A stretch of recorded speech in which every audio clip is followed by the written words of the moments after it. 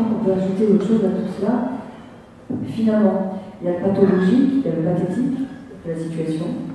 Il y a l'idée d'une grande ignorance, en commun tout ce que nous avons dit, parce que finalement, pour s'imaginer des choses comme ça, c'est que quelque part, on ne connaît pas les vrais fondateurs, sinon on n'a pas besoin de se les rappeler en se plaçant au cœur du sujet comme pour se donner de l'importance, être le héros de sa vie. Parce qu'on a besoin, aujourd'hui, les gens ont besoin de valoriser. C'est bien parce que c'est passé à la télé, je suis passé à la télé, donc quelque part, il y a un besoin de reconnaissance absolue.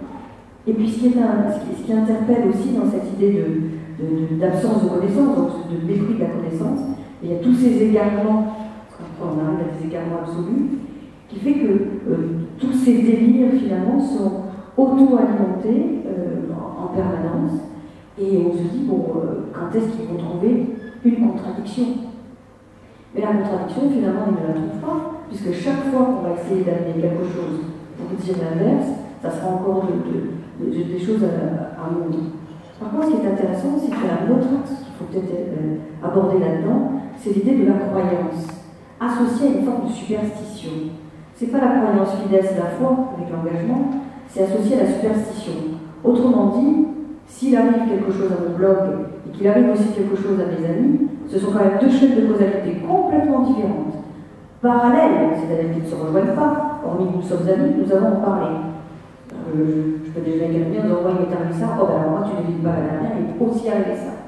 Et immédiatement, on a l'impression que deux chaînes de causalité qui sont complètement séparées l'une de l'autre se rencontrent et donc nécessairement ont une interférence quelque part. C'est de l'infabulation la plus absolue, mais c'est de l'ordre de la croyance, comme si on vous avait jeté un mauvais sort, comme s'il fallait absolument amener quelque chose de plus, dans une sorte de spiritualité, d'impalpable. Je dis toujours tout à l'heure, la transparence est impalpable, ça ne qu'on voit pas, on ne sait pas ce que c'est, donc il faut remplir avec une raison.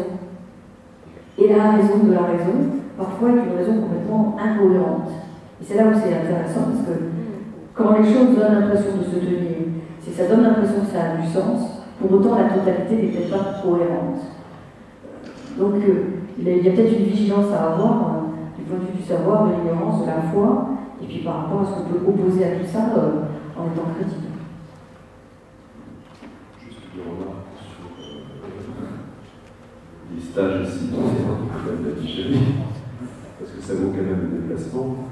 C'est qu'effectivement, ça paraît comme ça risible de penser qu'on peut en fait délivrer les gens du fait d'être maçons. Il faut le replacer dans son contexte. D'abord, on reproche de l'exorcisme catholique, traditionnel du Moyen-Âge. Deuxièmement, ça rappelle beaucoup de ces groupes qui veulent je ne sais pas comment prononcer le mot, mais enlever l'homosexualité des gens en Russie ou aux États-Unis, ou des jeunes gens qui auraient cette terrible fâcheuse tendance, on les envoie et on les remet non. Voilà, soyons clairs. Voilà, on va les rendre non. Là c'est pareil, vous êtes franc-maçon, vous êtes déviant. Voilà. Et pire encore, là, cette déviance, cette franc-maçon peut être transférée aux enfants. Fabuleux, absolument fabuleux. Là, ça rappelle le concept de race, de judaïcité. C'est-à-dire, on est dans la même logique. Donc, faire très attention quand on tombe sur des gens comme ça, dont on a l'impression que c'est de gentils dingos dans leur coin du cours. En fait, les bases de leur réflexion, et surtout les bases de leur action, sont des choses abominables qu'on connaît ailleurs et qu'on a connues déjà. Donc, être très vigilant. Et je crois que on va conclure, sans doute, terminer par une anecdote, parce que moi je me pose beaucoup de questions sur l'infusion des théories du complot. Parce qu'effectivement, ça se rapproche maintenant de plus en plus de la superstition. C'est-à-dire qu'au fur et à mesure qu'elle atteint une écoute de la population, elle se dégrade, elle devient moins dangereuse, tant mieux, elle se délite. Mais on y retrouve la vieille superstition ancienne qui avait un petit peu disparu. Et hier, il y a un lecteur qui est venu me faire signer un livre et qui me dit, vous savez, moi aussi j'ai écrit un bouquin et je vais publier à tel endroit, j'aimerais vous l'envoyer. Ça me fait toujours plaisir. Je sors mon portefeuille et je sors une carte de visite. Et je donne la carte de visite. Le lecteur prend la carte de visite et généralement la met dans son portefeuille. Enfin, c'est le cheminement logique. Quoi. Et là, la personne regarde la carte de visite et je vois qu'il y a un problème. Et elle retourne la carte de visite, elle dit, c'est fait exprès. Là, je me suis dit, tiens, il doit y avoir une erreur typographique. Pas du tout. J'habite sur 66 rue, 6e arrondissement. Et la personne fait 6, 6, 6. Ça fait 636. Je ne m'en étais jamais aperçu. Et je regarde ça, je regarde la personne, j'étais vraiment de court. Et la personne dit, c'est volontaire. Maintenant, je sais que je vais devoir déménager.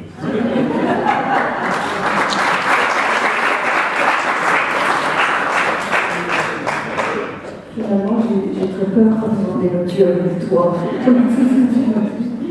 Bon, peut-être que tu vas ajouter un mot pour conclure, un petit mot, quelque chose à dire.